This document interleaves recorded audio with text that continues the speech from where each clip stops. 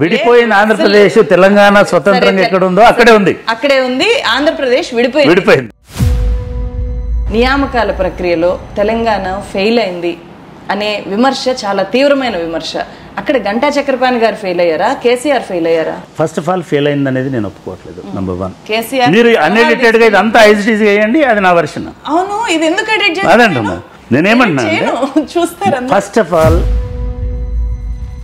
నియామకాల విషయంలో కేసీఆర్ గవర్నమెంట్ చేసింది కరెక్టే అంటున్నారా మీరు? నేను ఎప్పుడు అనలేదు కరెక్టే. తెలంగాణ అనేటువంటిది కూడా over exaggerated dream. Over exaggerated 100%. KCR గారు సరిగా ఈ ఆస్పిరేషన్స్కి అనుగుణంగా చేసుంటే మీరు జగన్ క్రియేట్ చేసినారండి. ఆ ఉద్యోగాల బానిసత్వాల తెలియదు అని చెప్పినటువంటి వాళ్ళు, ఆత్మహత్యలు చేసుకున్నటువంటి వాళ్ళు కూడా ఉన్నారు. రేపు రేవంత్ రెడ్డి గారు క్రియేట్ చేస్తారు. అపార్ట్మెంట్ కి స్వయంగా కేసీఆర్ వచ్చారు. మీ ఇంట్లో తెలంగాణ మేనిఫెస్టో తయారు చేశారు అని చెప్పి నేను చదివాను. వీడియో చూస్తారు కాబట్టి చెప్తున్నా. ఆయన నన్ను తన పార్టీలోకి రమ్మని అడిగారా? ఇవన్నీ తర్వాత నాకు ఒక 4-5 ఆఫర్స్ ఇచ్చినారు. ఆయన ఎమ్మెల్సీ అన్నాడు, డిప్యూటీ సీఎం, చాలా చాలా చాలా ఇచ్చాడు. నేను చెప్పాను నమస్కారం. డిప్యూటీ సీఎం అని కూడా అన్నారు. మేమే వద్దన్నామండి. సరే, ఇప్పుడు మీకు ఇవన్నీ ఆశ్చర్యాలు ఎందుకు వస్తున్నాయి నాకు అర్థం. ఇదంతా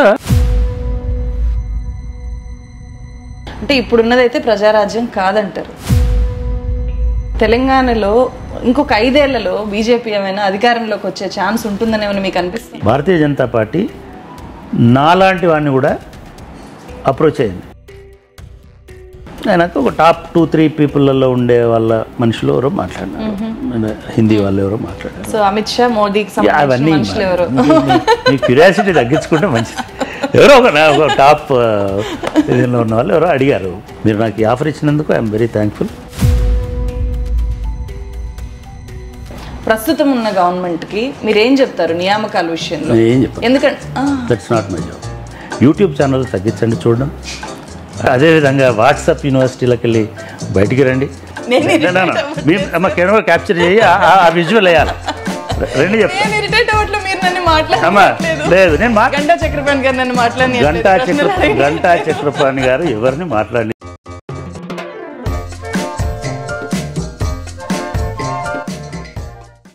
నమస్తే ఫ్రెండ్స్, నా పేరు తులసి చందు.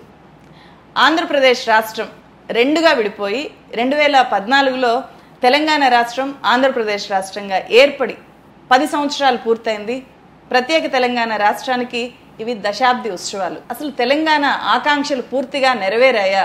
నీళ్లు, నిధులు, నియామకాలు అనే ప్రధాన లక్ష్యాలతో ఏర్పడ్డ తెలంగాణలో ఆ లక్ష్యాలు ఎంతవరకు పూర్తయ్యాయి? తెలంగాణ గురించి ఏ అంశాలు, ఉద్యమం గురించి కానీ రాజకీయం గురించి కానీ మాట్లాడాలి అంటే అథెంటిక్ వ్యక్తి ఎవరు అంటే నాకు ఒక ఆయన కనిపించారు. ఆయన ప్రొఫెసర్ గంటా చక్రపాణి గారు. ఎందుకు అంటే మలిదశ తెలంగాణ ఉద్యమం మొదలైనప్పటి నుంచి ప్రొఫెసర్ గంటా చక్రపాణి గారు ఉద్యమంతో పాటు ప్రయాణం చేస్తూ ఉన్నారు. ఉద్యమానికి తన కళాన్ని, గళాన్ని అందించారు. వేలాది వేదికల మీద ఆయన తెలంగాణ వాదాన్ని వినిపించారు, నిర్మించారు, ముందుకు తీసుకెళ్లారు. మరి ఒక తెలంగాణ ఉద్యమకారుడు ప్రస్తుతం తెలంగాణ రాష్ట్రాన్ని ఎలా చూస్తున్నారు?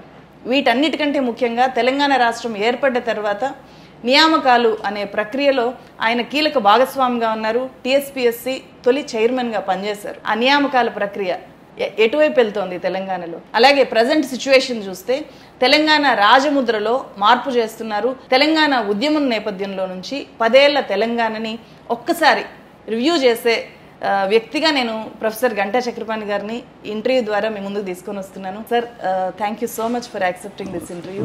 అలాగే 10 ఏళ్ల తెలంగాణ దశాబ్దం ఇప్పుడు పూర్తయింది. ఈ సందర్భంగా మీకు ప్రత్యేకంగా శుభాకాంక్షలు. మీతో పాటు లక్షలాదిగా మీ ఛానల్ని ఫాలో అవుతున్నటువంటి మిత్రులందరికీ కూడా తెలంగాణ రాష్ట్ర అవతరణ దినోత్సవ శుభాకాంక్షలు. Thank you sir. ఏమనిపిస్తుంది సార్ ఉద్యమంలో, ఆ తర్వాత ఈ 10 ఏళ్ళు మీకు ఫస్ట్ ఏం గుర్తొస్తుంది? హిస్టారియన్స్ ఏం చెప్తారంటే భారతీయులు అందరూ సబ్బండ వర్ణాలు పాల్గొనలేదు ఇండియన్ ఫ్రీడమ్ స్ట్రగుల్లో. ఎలీట్ ఆఫ్ ఇండియన్ సొసైటీ మాత్రమే పాల్గొన్నారు, మేధావులే పాల్గొన్నారు, ఇంకోలే పాల్గొన్నారు. వీళ్ళు అందరూ చేసి కష్టపడి చేసి ఒక డ్రీమ్ క్రియేట్ చేసినారు. స్వతంత్ర భారతదేశం వస్తే ఏమీ ఉండదు, ఆకలి ఉండదు, కరువు ఉండదు, దుఃఖం ఉండదు, పీడన ఉండదు, దోపిడీ ఉండదు, బ్రిటిష్ వాడంతా దోసుకొని పోతున్నాడు కాబట్టి అవన్నీ పోతాయి, పోయి మీకు ఒక భూతల స్వర్గం అవతరిస్తుంది భారతావనిలో అనేటువంటి ఒక డ్రీమ్ని ప్రజెంట్ చేసినారు. ఏ మూమెంట్ అయినా సరే అటువంటి ఒక డ్రీమ్ని, ఎగ్జాజరేటెడ్ డ్రీమ్ని ప్రజెంట్ చేస్తుంది. అది మనకి ఎట్లాగైతే లెఫ్ట్ మూమెంట్లో ఇవో పక్కనే ఉంది విప్లవం, ఆ మూలం తిరగగానే మనకి సమసమాజం వస్తుందని చెప్పినట్టుగా ఆ మూలకు రీచ్ కాలేదు, ఇంకా సమసమాజం రాలేదు. అయినా సరే సమసమాజం వచ్చిన సమాజాలు కూడా మళ్ళీ కొలాప్స్ అయిపోతున్నాయి. ఇట్లాంటి స్థితిలో తెలంగాణ అనేటువంటిది కూడా over exaggerated dream, over exaggerated 100%. లేకపోతే అంటే జనరల్గా ఏ ఉద్యమమైనా సరే అసలు స్వర్గాన్ని భూమి మీదకి దించుతామని అంటారు, నిజంగానే దించరు. నాకు అర్థమైనంత వరకు ఇంతటి సుదీర్ఘమైనటువంటి ఉద్యమము భారతదేశ చరిత్రలో ఏది లేదు. తెలంగాణ కూడా మొదటి దశలో వచ్చినప్పుడు కొందరి ఆకాంక్ష, కేవలం ఎంప్లాయీస్ వాళ్ళ డిస్పారిటీస్, వాళ్ళ ప్రమోషన్స్, వాళ్ళ కాంపిటేటివ్ ఇది దాంతో మొదలైంది. తర్వాత నిరుద్యోగులు, మాకు ఆశ, అది నిరుద్యోగులకు ఎట్లా అంటే తెలంగాణ వస్తే మా అందరికీ అవకాశాలు వస్తాయి అనేటువంటి ఇది ఉంటుంది. ఎనీ మూమెంట్ అట్లాంటి. అందుకే మనం ఈ సందర్భంగా గుర్తు చేసుకోవాలి, డాక్టర్ బాబాసాహెబ్ అంబేద్కర్ భారత రాజ్యాంగం రాసిన తర్వాత ఆ రాజ్యాంగాన్ని రాజ్యాంగ సభకు ప్రజెంట్ చేసి అందరు చప్పట్లు కొట్టి ఆమోదించిన తర్వాత ఒక మాట చెప్తారు, ఇంతకాలం మనం ప్రజలను నమ్మించినాం. ఏమని నమ్మించినాం? స్వాతంత్రం లేదు, స్వేచ్ఛ లేదు, పరాయి పాలనలో ఉన్నాము, పన్నులు వేస్తున్నారు, దోపిడి ఉంది, ఇవన్నీ చేసినాం. రేపటి నుంచి ఆ పరాయి వాడనేటువంటి మిష ఉండదు, రేపటి నుంచి అన్నీ మళ్ళీ మన మీదనే పడతాయి అనేటువంటి చాలా అద్భుతమైనటువంటి మాట అది. ఇది తెలంగాణ కూడా వర్తిస్తుంది. సార్, ఇక్కడ మీరు అంబేద్కర్ని ప్రస్తావించారు కాబట్టి అంబేద్కర్ వల్లనే తెలంగాణ సాధ్యమైంది అని చెప్పి మీలాంటి వాళ్ళు, కేసీఆర్ లాంటి వాళ్ళు చెప్పారు. అయితే ఇక్కడ చిన్న రాష్ట్రం కావడం వల్ల అవినీతి పెరిగిపోవడానికి, లేకపోతే వ్యక్తి పూజ పెరిగిపోవడానికి, అస్థిరత కొనసాగడానికి కూడా కారణమైంది అని అనుకోవచ్చా తెలంగాణలో ఈ 10 ఏళ్ళ ఎక్స్పీరియన్స్? You are right. అంటే ఒక్క చిన్న రాష్ట్రంతో అవినీతి పెరగదు, అది చాలా రాంగ్ నోషన్స్ ఉంటాయి మనకి. ఉత్తరప్రదేశ్లో ఉన్నంత అవినీతి కేరళలో లేదు, కేరళ మనకంటే చిన్న రాష్ట్రం. అట్లాగే బీహార్లో ఉన్నంత అవినీతి గోవాలో లేదు, గోవా అందరికంటే చిన్న రాష్ట్రం. ఇక్కడ ఏమవుతుందంటే ఏ రాజకీయ పార్టీలోనైనా సరే ఈ స్థానికంగా ఉండేటువంటి ప్రాంతీయ శక్తులు, ప్రాంతీయ పార్టీలకు సంబంధించినంత వరకు అవినీతి అనేది కేంద్రీకృతమై ఉంటుంది. వారసత్వం అనేది పార్టీ కావడం వల్ల అనుకోవచ్చు. అన్ని ప్రాంతీయ పార్టీలకు అవినీతి ఉందని అనుకుంటే, సపోజ్ ప్రాంతీయ పార్టీ కాకపోయి ఉండొచ్చు, మనం చాలామంది చాలా అమోఘం అనుకునేటువంటి, చాలా సామాజిక చైతన్య కేతనం అనుకునేటువంటి బహుజన్ సమాజ్ పార్టీ కూడా ఉండొచ్చు. 2 ప్రమాదాలు ప్రాంతీయ పార్టీలతో ఉంటాయి. ఒకటి వారసత్వ రాజకీయాలు, అది కాశ్మీర్లో ఉన్నటువంటి 2 రాజకీయ పార్టీల నుంచి మొదలుపెట్టి కన్యాకుమారి అంటే తమిళనాడు దాకా వచ్చినటువంటి 2 రాజకీయ పార్టీల దాకా ఈ మొత్తంలో కూడా వారసత్వ విమర్శ, అవినీతి విమర్శ అనేటువంటిది సర్వసాధారణంగా ఉంటుంది. అదొక తెలంగాణకే ప్రత్యేకమైనది కాదు. జగన్ 5 సంవత్సరాలే ఉన్నాడు, కానీ వాళ్ళ నరేషన్ ఏమొచ్చింది, కొన్ని కోట్ల రూపాయల అవినీతికి కారణమైనాడు అనేటువంటి. అయితే ఇప్పుడు తెలంగాణలో 10 ఏళ్ల తర్వాత ప్రజాపాలన మొదలైంది అని అనుకుంటున్నారా మీరు? ఆ హామీ అనేటువంటిది తెలంగాణ ప్రజలను ఆకర్షించిన మాట వాస్తవం.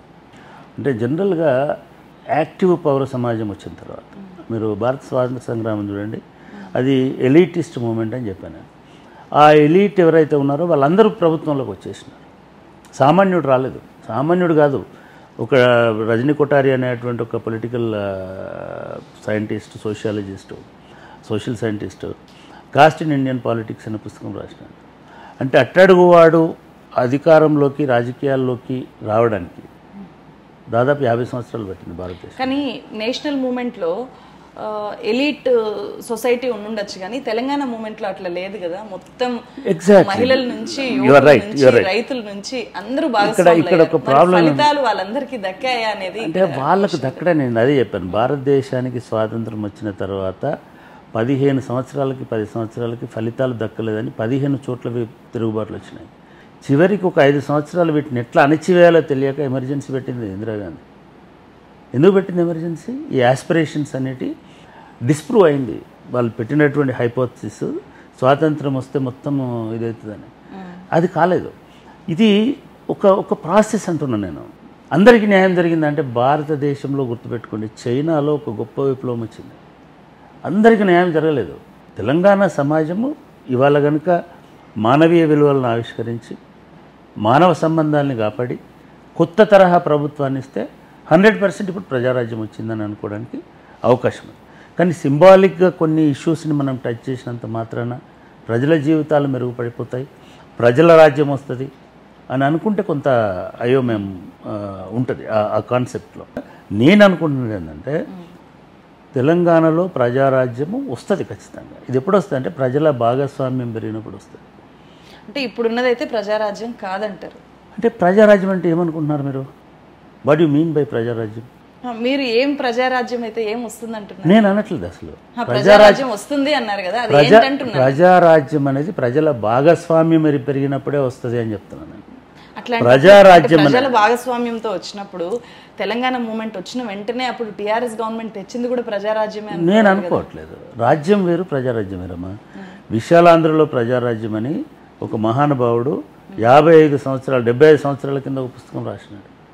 ఎప్పుడు రాసిన? నిజాం పోయిన తర్వాత ప్రజారాజ్యం వచ్చేసింది, 2 రాష్ట్రాలు కలిసిన తర్వాత ప్రజారాజ్యం వచ్చేసింది.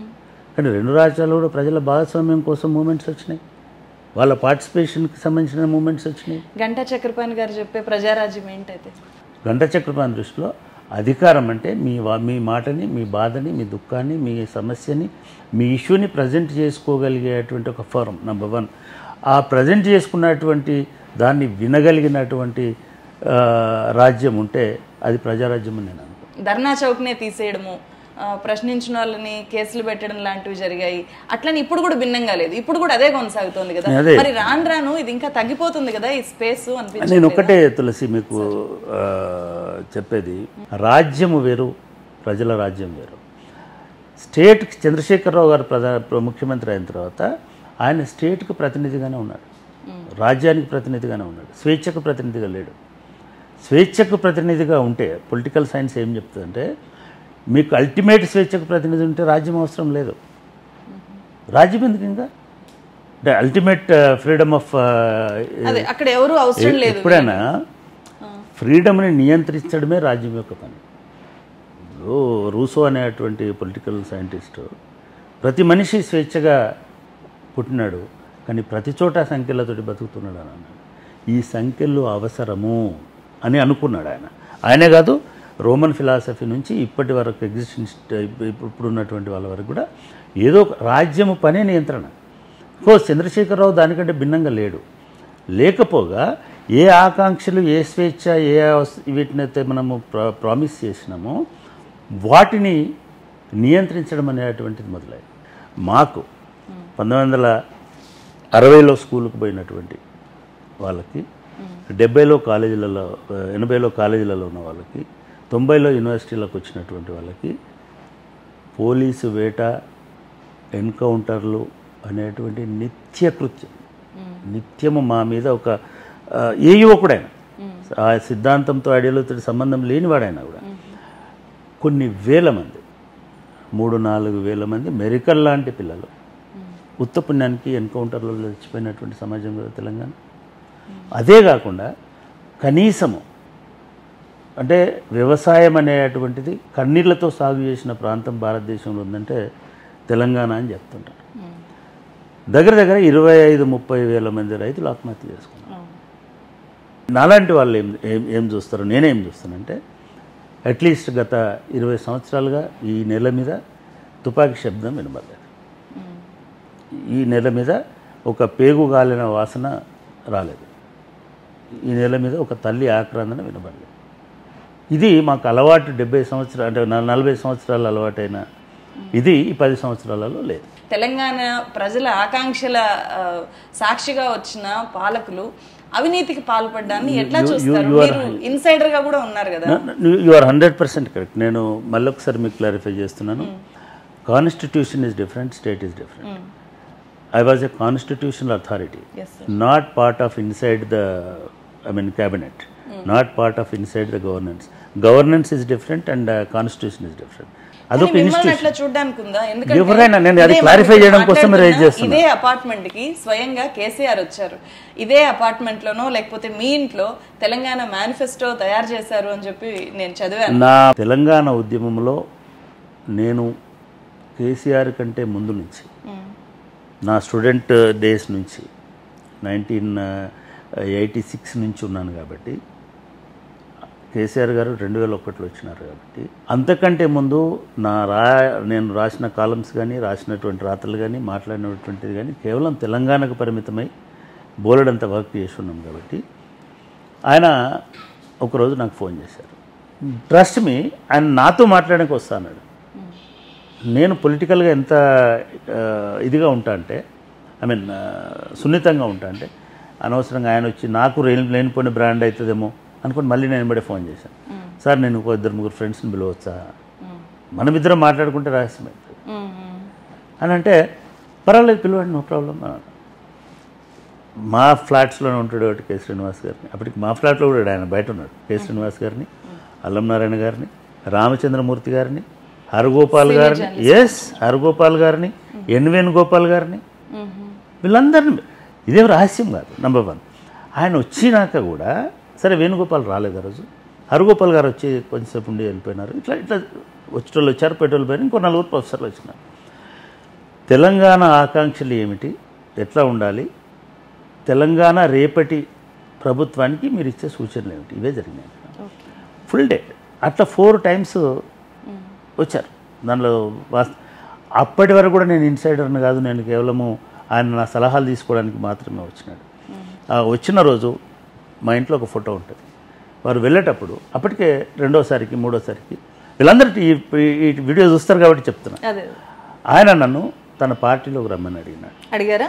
And he offered me first సికింద్రాబాద్లో బండారు దత్తాత్రేయకు వ్యతిరేకంగా ఒక సర్వే రిపోర్ట్ తీసుకొని వచ్చినారు.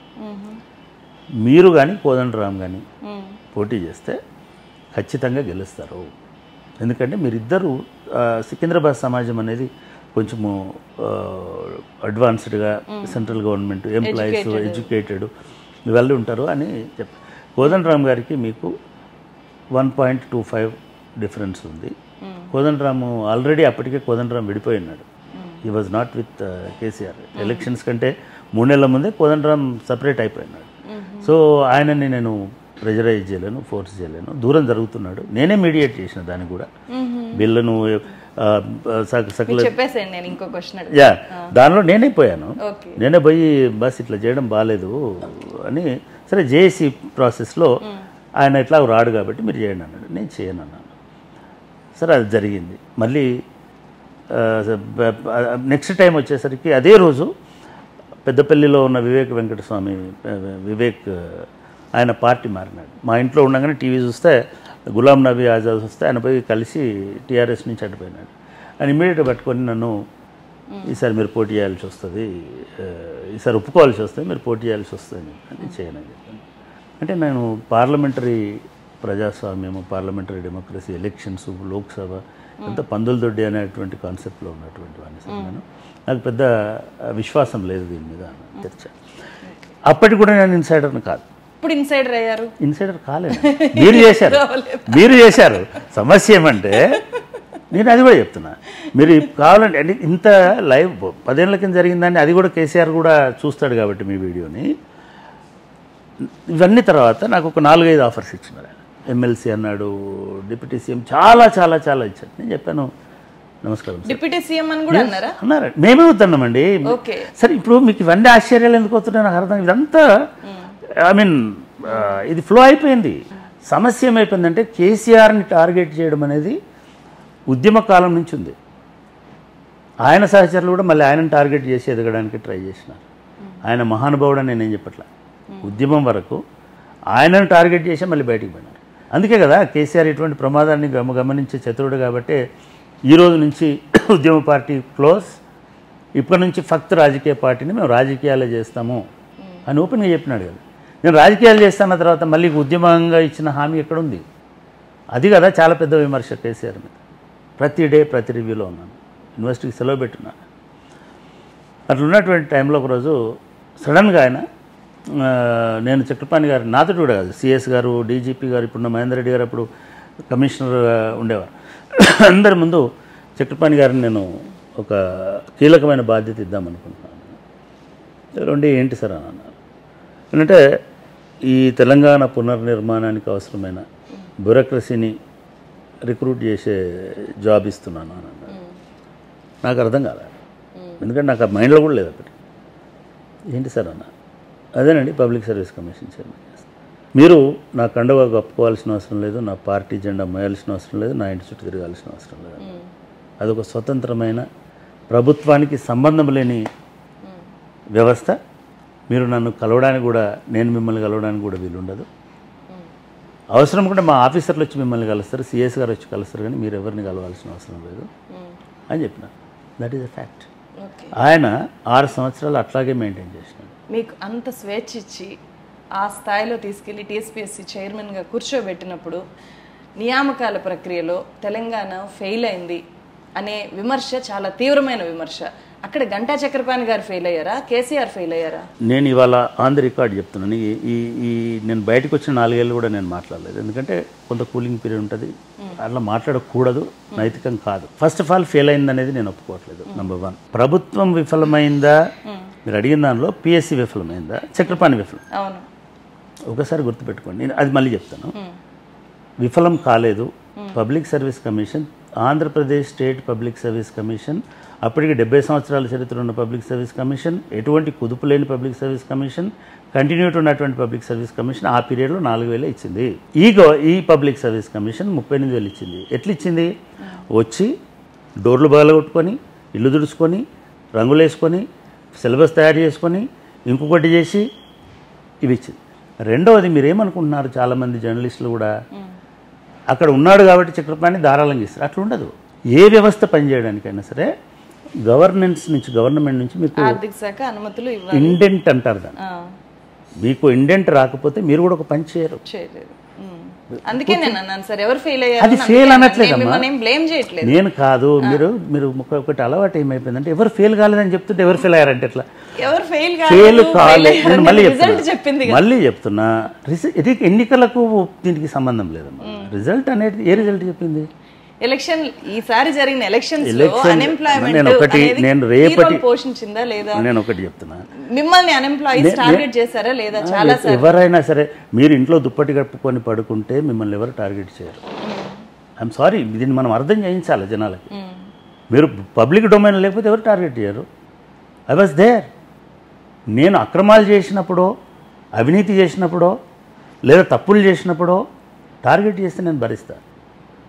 నేను అప్పుడు ఎందుకు మౌనంగా ఉన్నానంటే, నేను మాట్లాడితే కాన్స్టిట్యూషనల్ ఇష్యూ అవుతుంది. 2 ఒకేసారి విడిపోయిన స్టేట్స్ అయినప్పుడు, ఇద్దరి ఎంప్లాయీస్ విడిపోయినప్పుడు, ఇద్దరి దగ్గర ఖాళీలు ఉన్నప్పుడు ఎందుకు ఆంధ్రప్రదేశ్ చేయలేకపోయింది? ఒక నిమిషం. రెండవది, ఎందుకు తెలంగాణ 1,00,000 ఉద్యోగాలు ఇచ్చింది? నేను పోలీస్ కలపలేదు, సరే వాళ్ళ గురించి నేను ఆర్గ్యూ చేయాల్సిన అవసరం నాకు లేదు. నేను రమారమి 1,00,000 ఉద్యోగాలని నేను అనుకుంటున్నా, వాళ్ళు చెప్పింది కూడా 1,00,000 ఉద్యోగాలని అంటున్నా. ఒకటి. కానీ కేసీఆర్ గారు తలుచుకుంటే, కేసీఆర్ గారు సరిగ్గా ఈ ఆస్పిరేషన్స్కి అనుగుణంగా చేసి ఉంటే ఇంకొక 50,000 1,00,000 ఉద్యోగాలు కూడా వచ్చేటి. అయినా సరే చేయలేదు కదా. అదే చెప్తా, అదే కదా ఫెయిల్యూర్ అనింది. అది కాదమ్మా. మరి ఎందుకు మీరు ఒప్పుకోలేదు? నేను అనుకుంటాను మీరని ఇప్పుడు గవర్నమెంట్ మీరు చాలా కన్ఫ్యూజ్ చేస్తారు. సరే ఇంకొకటి నేను చెప్తాను. నేను చెప్తున్నా గవర్నమెంట్, నేనే ఒక్క నిమిషం, మీరు ఏపీతో కంపేర్ చేశారు కాబట్టి చెప్తున్నా. ఆంధ్రప్రదేశ్ విడిపోయినప్పుడు తెలంగాణ విడిపోయింది, ఆంధ్రప్రదేశ్ అట్లాగా ఉంది కదా. తెలంగాణ విడిపోలే, ఆంధ్రప్రదేశ్ విడిపోయింది. తెలంగాణ స్వతంత్రంగా ఎక్కడ ఉందో అక్కడే ఉంది. ఆంధ్రప్రదేశ్ విడిపోయింది. బట్ ఆంధ్రప్రదేశ్ విడిపోవడానికి ప్రధానంగా భూమిక నియామకాలు కాదు, బట్ ఇక్కడ నియామకాలు పెద్ద ఆస్పిరేషన్ ఉంది కాబట్టి ఇక్కడ నియామకాలు అనే పెద్ద ప్రశ్న వస్తుంది అంటున్నాను నేను. ఒకటి అంటే ఇది అర్థం కాదు కానీ, ఎందుకంటే మన మైండ్లో ఒకటి ఉన్న తర్వాత భారతదేశంలో లేదా ఏ సమాజంలో అయినా ఎన్ని ఉద్యోగాలు ఉంటాయి? ఒక నిమిషం. 2%, 1% కంటే జనాభాలో ఎక్కువ ఉద్యోగాలు ఉండడానికి ఆస్కారం ఉంటుంది. మొత్తం భారతదేశాన్ని 2 కోట్ల మంది ఉద్యోగులే నడిపిస్తున్నారు. 140 కోట్ల మంది భారతదేశాన్ని, అన్ని రకాల ఉద్యోగులు కలిపి. ఏ రాష్ట్రంలోనైనా సరే 10 లక్షలు 15 లక్షల కంటే ఉద్యోగాలు ఉండవు. ఉద్యోగాలు సృష్టించాలి. సపోజ్ మీరు గ్రూప్ 2 లాంటి దానిలో తహసీల్దారులను సృష్టించగలరా? మీరు ఎన్ని మండలాలు ఉన్నాయో అన్ని మాత్రమే ఉండే ఆస్కారం ఉంటుంది. ఉద్యోగులు ఏదైనా సరే ఏ వేకెన్సీస్ అవుతున్నాయో వాటిని భర్తీ చేయమని మాత్రమే అడగాలి. నిరుద్యోగులకు సంబంధించి అదే కదా అడిగారు. తెలంగాణలో 1,00,000 ఉద్యోగాలు ఉన్నాయి అని చెప్పి కేసీఆర్ చెప్పినప్పుడు ఆ 1,00,000 ఉద్యోగాలు భర్తీ చేయండి అని కదా అడిగారు. కొత్త ఉద్యోగాలు క్రియేట్ చేయమని అడగలేదు కదా. ఎందుకు అడగలేదండి, భలే ఉన్నారు. కొత్త ఉద్యోగాలు నేనే అడిగా, మీరు ఎట్లున్నారు? ఈ 1,00,000 ఈ 1,00,000 నేను ఇప్పుడు చెప్తున్నాను, ఈ 1,00,000 మాత్రమే ఇచ్చారు. నేనేమంటున్నా అంటే ఇంకో 1,00,000 క్రియేట్ చేయాల్సి ఉండే, అక్కడ విఫలమైనారు. రెండోది ఈ 2,00,000 ఒకటి ఆర్గ్యుమెంట్ వద్దు. ఈ 2,00,000 ఉద్యోగము క్రియేట్ చేసినా సరే ట్రస్ట్ మీ ఇంకో 18 లక్షల మంది 20 లక్షల మంది ఇదే విమర్శ పెడతారు. మీరు జగన్ క్రియేట్ చేసినారండి, ఆ ఉద్యోగాల బానిసత్వాల తెలియదు అని చెప్పినటువంటి వాళ్ళు, ఆత్మహత్యలు చేసుకున్నటువంటి వాళ్ళు కూడా ఉన్నారు. రేపు రేవంత్ రెడ్డి గారు క్రియేట్ చేస్తారు. ఏవి సెక్రటరీలు, గ్రామ సచివాలయాలు క్రియేట్ చేసి డెఫినెట్గా అట్లాంటి ఏదో వాలంటీర్ వ్యవస్థ రాబోతుంది. అవి గవర్నమెంట్ ఎంప్లాయ్మెంట్ కాదు. అది ఇక్కడ కూడా Panchayati Raj government employment, volunteers government employment. నేను అదే చెప్తున్నామా, నేను పబ్లిక్ సర్వీస్ కమిషన్లో పబ్లిక్ అఫైర్స్లో ఉన్నాను. నువ్వు నాకు పాఠం చెప్తే ఎట్లా, నేను ప్రొఫెసర్ని కూడా. అవి కావు గవర్నమెంట్. ఒక జడ్జిని మీరు ఇట్లా ఇంటర్వ్యూ చేయలేరు. ఆ తీర్పు అట్లా ఎందుకు చెప్పారు, ఈ తీర్పు అది తప్పు. అది తప్పు అనే సంగతి మీకు తెలియాలి. మీరు ఆ ప్రస్తావన తెచ్చినారు కాబట్టి నేను కేవలం చైర్మన్నే కాదు, మీరు నా మీదనే టార్గెట్. మీరు ఇన్ ద సెన్స్ పబ్లిక్లో మీరు విఫలమైనారా, ఆయన విఫలమైన, ఇది ఈ వైఫల్యాల గురించి ఒక చైర్మన్ చెప్పడం అనేటువంటిది అంత ఫులిష్నెస్ ఏది ఉండదు. ఒకటి అంటే అది అది అది వర్షన్ చెప్పడానికి ఉండదమ్మా. ఒక సిబిఐ ఆఫీసర్, నేను మీకు చెప్తున్నా, ఒక సిబిఐ ఆఫీసర్ ఒక కేసుని డీల్ చేసిన తర్వాత వాడికి శిక్ష పడలేదు, మీ వర్షన్ చెప్పండి అంటే అది అవమానం. వర్షన్స్ అనేటువంటివి ఉండవు. మనం మాట్లాడినప్పుడే కేసీఆర్ మీరు అన్ఎడిటెడ్ గా ఇదంతా ఐజిటీస్ వేయండి, అది నా వర్షన్. అవును, ఇది ఎందుకు ఎడిట్ చేస్తారు? అదంటున్నా నేనేమన్నా, ఫస్ట్ ఆఫ్ ఆల్ ఒక విచారణ అధికారిని కానీ ఒక జడ్జిమెంట్ చెప్పినటువంటి జడ్జిని కానీ వాళ్ళకి ఏ గౌరవం ఇస్తామో వీళ్ళకి కూడా ఆ గౌరవం ఇవ్వాలి.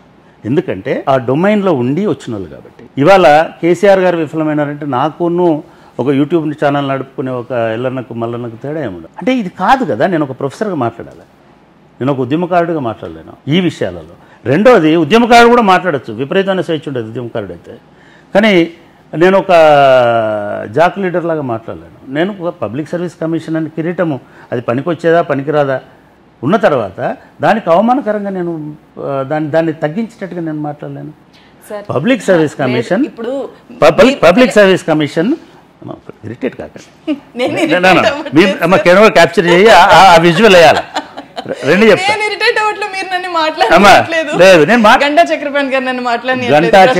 గంటా చక్రపాణి గారు ఎవరిని మాట్లాడినారు అనవసరం. ఆర్గ్యుమెంట్. పబ్లిక్ సర్వీస్ కమిషన్ ప్రభుత్వం ఇచ్చేటువంటి ఇండెంట్స్, ఆర్థిక క్లియరెన్స్ ఉంటుందా ఉండదా నాకు అవసరం లేదు, ఇండెంట్స్ మీద ఉద్యోగాలు ఇస్తుంది. ఆ ఇండెంట్స్ వచ్చినప్పుడు పబ్లిక్ సర్వీస్ కమిషన్కి ఎంత పవర్ ఉంటుందంటే, ఈ ఉద్యోగము ఇప్పుడు క్రియేట్ చేస్తున్నటువంటి ఉద్యోగము పర్మనెంట్ ఉద్యోగమా కాదా, దానికి సర్వీస్ రూల్స్ ఉన్నాయా లేవా, దానికి క్వాలిఫికేషన్సు పే స్కేల్ కరెక్ట్గా ఉందా లేదా, ఇవన్నీ చేసే అధికారం మాకు ఉంటుంది. వాళ్ళు ఇచ్చేటప్పుడు కూడా మీకు ఒక విషయం చెప్తాను. నాకు ఒక ఐఏఎస్ ఆఫీసర్ చెప్పాడు, ఒక ఉద్యోగం క్రియేట్ చేయాలంటే 30 సంవత్సరాల పాటు ఆ ఉద్యోగానికి, ఆ ఉద్యోగికి కావాల్సినటువంటి టోటల్ ఎక్స్పెండిచర్ను భరించే కెపాసిటీ స్టేట్కి ఉందా లేదా అనేటువంటి అంచనా కూడా వేస్తారు. 1,00,000 ఉద్యోగాలు ఇస్తా అంటే ఇయ్యనియరు, ఇవ్వడానికి వీల్లేదు. ఎందుకంటే ఈ 1,00,000 ఉద్యోగాలను పోషిస్తే ఇవాళ తెలంగాణ బడ్జెట్లో 42% డెలివరీ సిస్టమ్కి ఉద్యోగులకు ఖర్చు అవుతాయి. మీరు రూపాయి ఒక దళితుడికో పేదవాడికో ఇవ్వాలంటే ఆ రూపాయి దళితుడు గుడిసెకు చేరేసరికి 58 రూపాయలు, 52 రూపాయలు, 52 పైసలే మిగులుతుంది. మీరు ఇంకొక 1,00,000 ఉద్యోగాలను చేస్తే అది 45 పైసలు పడిపోతుంది. ఎప్పుడైతే ఆర్థిక వ్యవస్థలో మీ ఎస్టాబ్లిష్మెంట్ కాస్ట్ అనేటువంటిది మోర్ దాన్ 50%కి పోతే ఆర్థిక వ్యవస్థ నమ్మడానికి లేదు, అది పనిచేయడానికి. సార్, తెలంగాణ నిరుద్యోగికి ఇవన్నీ పబ్లిక్ సర్వీస్ ఎట్లా పనిచేస్తుంది అనే దానికంటే కూడా మాకు అప్పుడు ఉన్నంత మేరకు ఉద్యోగాలు ఇచ్చారా లేదా అనేది మాత్రమే అవసరం. నా పాయింట్ ఏంటంటే public service commission, public service commission ఎట్లా పనిచేస్తుందో తెలియని వాడు ఉద్యోగానికి అర్హుడు కాదు. ఎందుకంటే ఇండియన్ కాన్స్టిట్యూషన్లో వాళ్ళ సిలబస్లో భాగంగానే పబ్లిక్ సర్వీస్ కమిషన్కు ఉండే విధులు ఏమిటి, పరిమితులు ఏమిటి, పబ్లిక్ సర్వీస్ కమిషన్కి ఎక్కడి నుంచి ఉద్యోగాలు వస్తాయి? సరే సరే ఒక్కటి చెప్పండి, ఇవన్నీ ఉంటాయి. ఒక్కటి చెప్పండి, నియామకాల విషయంలో కేసీఆర్ గవర్నమెంట్ చేసింది కరెక్టే అంటున్నారా మీరు? నేను ఎప్పుడు అనలేదు కరెక్టే. నేనేమంటున్నా, నేను జడ్జిమెంట్ చేసేవాడిని కాదు. జడ్జిమెంట్ చేయడానికి నేను మీరు అడగడమే తప్పన్నాక అడగడమే అనైతికమమ్మా అన్న తర్వాత చెప్పడమే అనైతికం. ఎస్, నాకు అనైతికం చెప్పడం. ఎందుకంటే కేసీఆర్ మిగతా ఈ పథకంలో విఫలమైండు, దళిత బంధులో విఫలమైండు, రైతు బంధులో విఫలమైండు, కరెంట్ ఇవ్వడంలో విఫలమైండు, ఇంకేమైనా సరే విఫలమైన చోట విఫలమైండు అని చెప్పే ధైర్యం నాకుంది. నేను హెల్మ్ ఆఫ్ అఫైర్స్లో ఉన్న చోట అట్లాంటి ప్రశ్న అడగడం అనేది మంచిది కాదు అనేటువంటి అభిప్రాయాన్ని మీకు చెప్తున్నా. అది అన్ఫేర్. అది అన్ఫేర్. నేను సక్సెస్ అయినా ఇప్పుడున్న మహేందర్ రెడ్డి ఈ రోజు వరకు చెప్పలేదండి, మీరు అర్థం చేసుకోవాలి. అది ఇప్పుడున్న మహేందర్ రెడ్డి ఈ రోజు వరకు అసలు అడగడానికే తప్పంటుంటే అడగడమే తప్పంట. అవును, ఎస్. ఎన్ని ఉద్యోగాలు ఇచ్చిన అడిగితే చెప్తానండి. ఫేర్గా జరిగిందా అంటే లేదా అన్ఫేర్గా జరిగిందని మీరు చెప్తే నేను సంజాయిస్తాను. కేసీఆర్ విఫలమైనడా ఉద్యోగాలు ఇవ్వడంలో? విఫలమైతేనే కదా ఉద్యమం వచ్చింది. అది నేనెందుకు చెప్పాలా? కోదండరామ్ ఉన్నాడు చెప్పడానికి, ఆకునూరు మురళి ఉన్నాడు చెప్పడానికి, చంద్రకుమార్ ఉన్నాడు చెప్పడానికి, పాశం యాదగిరి ఉన్నాడు చెప్పడానికి. వాళ్ళు చెప్తే నేను ఖండిస్తే కదా. ప్రవీణ్ కుమార్ ఉన్నాడు చెప్పడానికి. వీళ్ళందరూ మేధావులు, వీళ్ళందరూ ఉద్యమకారులు, వీళ్ళందరూ కేసీఆర్కి వ్యతిరేకంగా పోరాడినటువంటి వాళ్ళు చెప్తున్నారు కదా. వాళ్ళ మీద నమ్మకం లేదా మీకు? నాకైతే ఉంది, నాకు 100% ఉంది. నాకెందుకు ఉండాలి సార్? నేను ఎందుకు నమ్మాలి ఎవరినైనా? మీరు ఒక సిస్టమ్ నమ్మనప్పుడు నేను మళ్ళీ ఒకటి అడుగుతాను. మీరు ఈ రోజు వరకు ఎప్పుడైనా మాట్లాడేవాట్లే, ఈ రోజు వరకు మహేందర్ రెడ్డి గారు ఈ 4 నెలల్లో ఎప్పుడైనా ఇటువంటి విషయాలు మాట్లాడా? మాట్లాడకూడదు. బయటకు వచ్చినా కూడా జనార్దన్ రెడ్డి దగ్గరికి వెళ్ళండి, మన పక్కింట్లోనే ఉంటాడు, మాట్లాడరు ఆయన. అది కోడ్ అండి, నియమం అండి. అది నేను మొండిగాని కాబట్టి నేను చెప్తున్నాను. ఎందుకంటే మీలాంటి మీడియా అంతా నన్ను టార్గెట్ చేసింది కాబట్టి. You have no right to target. You have no right. Target కాదు, కనీసం చెప్పనివ్వండి. మిమ్మల్ని ఎందుకు అడుగుతారో? ఎందుకంటే మీరు పొలిటీషియన్ కాదు, మీరు ఒక ఉద్యమకారుడు కాబట్టి మీ మీద చాలా పెద్ద బాధ్యత కాబట్టి మీరే చెప్పినట్టు మీరు ఎందుకు ఒప్పుకున్నారో అందుకు కాబట్టి అడుగుతారు. నేను మళ్ళీ చెప్తున్నా, ఏదైతే టాబు అనుకుంటాం, నువ్వు ఆ పదవిలో ఉన్నప్పుడు బయటకు వచ్చిన తర్వాత ఇది మాట్లాడడం నిషేధం అని అన్నారు. ఇప్పుడు లేరు కాబట్టి అడుగుతున్నాం. బయటికి వచ్చిన ఇందాక అదే చెప్పా, రిటైర్డ్ సిబిఐ జడ్జిని కూడా మీరు ఎమర్జెన్సీలో ఏం అకృత్యాలు ఎట్లా చేసినా అడగడానికి లేదు. వాడికి కోడ్ ఉంటుందండి, ఎథికల్ కోడ్ ఉంటుంది. పబ్లిక్ సర్వీస్ నేను అదే చెప్తున్నా కదా. జనార్దన్ రెడ్డి గారు ఇప్పుడు లేరు కదా, ఇప్పుడు పోయి మాట్లాడండి, ఒక్క నోరు మెదిపించండి. జస్ట్ ఇంపాసిబుల్ అండి. అది మిగతా అడగవచ్చు. మీరు అడిగేది ఏంటిది? ఒక పొలిటికల్ స్టేట్మెంట్ అడుగుతున్నారు. గవర్నమెంట్ విఫలమైందా, మీరు విఫలమైందా? గవర్నమెంట్ విఫలమైంది అంటే నేను నన్ను సేవ్ చేసుకున్నట్ట? నేను గవర్నమెంట్ పోటీయా? కోర్టులలో హైదరాబాద్ హైకోర్టులో 52,000 కేసులు పెండింగ్లో ఉన్నాయి. జడ్జి విఫలమైనడా? జస్టిస్ సుప్రీంకోర్టు చీఫ్ జస్టిస్ విఫలమైనడా? చీఫ్ జస్టిస్ విఫలమైనడా? గవర్నమెంట్ విఫలమైందని అడుగుతావా జడ్జిని? ఎగ్జాక్ట్లీ సిస్టమ్స్ పనిచేసేటప్పుడు అట్లే ఉంటాయి. గవర్నమెంట్ ఖచ్చితంగా కొన్ని విషయాలు కొన్ని రకాలుగానే కొంతమంది చెప్తారు. గవర్నమెంట్ ఇంకా ఎక్కువ ఉపాధి కల్పించే ఆస్కారం ఉండింది, అవకాశం మళ్ళీ రెండో ప్రశ్న మీరు అయ్యొద్దు. ఇంకా అవకాశం ఉండింది, ఇవ్వాలనుకుంటే ఇవ్వచ్చు. ఎందుకు ఇంత గొడవ అవుతుంది ఇక్కడ అని అంటే, ఉద్యోగాల కోసమే రాష్ట్రం విడిపోవడానికి ఉద్యమం చేసినట్టే వాళ్ళని అవమానించినట్టు అవుతుంది. వాళ్ళు తెలంగాణ తల్లిని విముక్తి చేయాలనుకున్నారు. ఇది అదనంగా వచ్చేటువంటి ప్రయోజనమే. మన ఉద్యోగాలు మనకే వస్తాయని చెప్పేసి డెఫినెట్గా ఐ స్టాండ్ బై దట్. మేము మేము ఇది చేసినటువంటి 38,000 ఉద్యోగాలు ఖచ్చితంగా రూల్ ప్రకారం తెలంగాణలోకే వచ్చినాయి. ఇంకొకటి, మీరు బయటకు వచ్చిన వెంటనే బయటపడ్డ అతిపెద్ద స్కాము ప్రశ్నాపత్రాల లీకేజీ. అప్పుడు మళ్ళీ కేసీఆర్ మిమ్మల్ని పిలిపించుకున్నారు. అప్పుడు ఏం జరిగింది అసలు? ఎందుకు దాన్ని కరెక్ట్ గా హ్యాండిల్ చేయలేకపోయారు?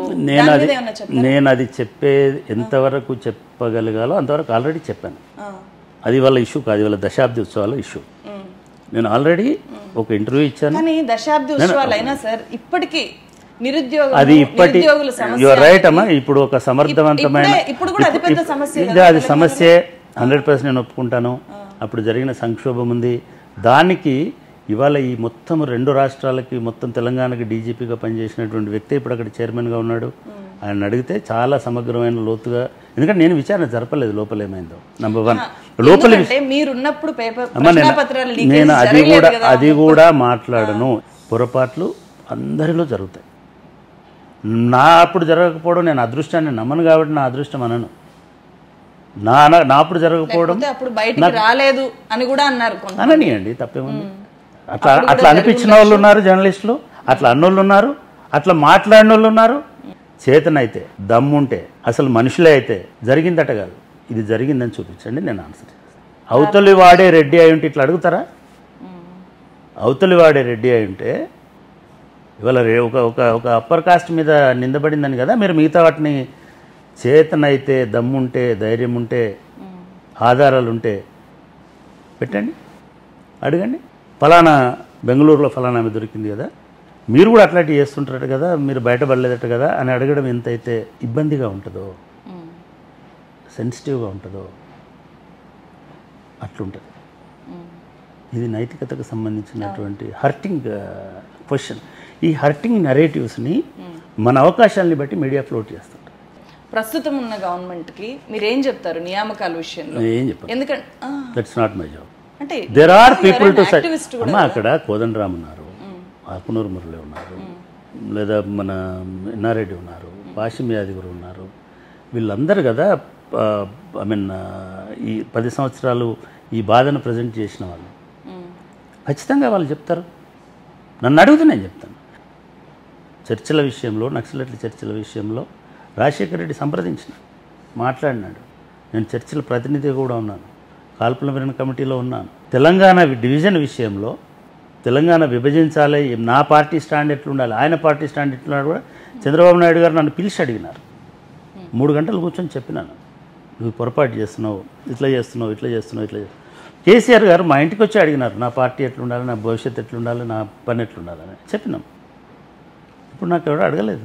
ఇప్పటిదాకా ఇంకా నెరవేరని తెలంగాణ ఆకాంక్షలు ఏమున్నాయి అంటే మీరేం చెప్తారు? నేను ముందు ఫస్ట్ క్వశ్చన్లో చెప్పాను, ఆకాంక్షలు అనేటివి ఫుల్ స్టాప్ ఉండదు, ఇమీడియట్గా గవర్నమెంట్ చేయాలి. మీరు ఇంకో ప్రశ్న అడగండి. సరే, ఏ రంగాల్లో కేసీఆర్ విద్యారంగంలో ఎక్కువ ఫెయిల్ అయింది. విద్యారంగంలో అంటే మేము రెసిడెన్షియల్ స్కూల్ పెట్టినామని చెప్తున్నారు. రెసిడెన్షియల్ స్కూల్లే మొత్తము సర్వరోగ నివారణ కాదు. రెసిడెన్షియల్ స్కూల్ అనేది ఒక కాంపోనెంట్, కానీ యూనివర్సిటీలు అంతకంటే దారుణంగా ఫెయిల్ అయినాయి. కొత్త యూనివర్సిటీలు రాలేదు.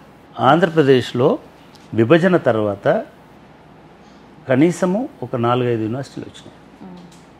ఆంధ్రప్రదేశ్ని తక్కువ చేసే మాట్లాడాను నేను. ఆంధ్రప్రదేశ్ ప్రభుత్వాన్ని కూడా అడిగినప్పుడు నేను వాళ్ళకు కూడా చెప్తున్నాను కూడా. ఒక 5 యూనివర్సిటీలు కొత్తగా వచ్చినాయి. ప్రతి జిల్లాకు ఒక యూనివర్సిటీ పెట్టినారు. అట్లా ఇప్పుడు అక్కడ పోతే 22 యూనివర్సిటీలు ఉన్నాయి. ఇక్కడ 10 యూనివర్సిటీలు. ఎప్పుడు విభజన అయినప్పుడు ఏ ఉన్నాయో ఒక ఫారెస్ట్ యూనివర్సిటీ తప్ప ఇంకేమీ రాలేదు. నేషనల్ ఎడ్యుకేషన్ పాలసీ వచ్చింది. హైయర్ ఎడ్యుకేషన్లో బోలెడని మార్పులు వచ్చినాయి. ఈ మార్పులకు అనుగుణంగా మన ఇన్స్టిట్యూషన్స్ మారలేదు, మన కరికులం మారలేదు. అసలు నేషనల్ ఎడ్యుకేషన్ పాలసీని మనం అమలు చేస్తామో చేయమో తెలియదు. అంటే పూర్తిగా ఒక పాలసీ లేని, డైరెక్షన్ లేని పద్ధతిలో హైయర్ ఎడ్యుకేషన్ అనేది ఉంది.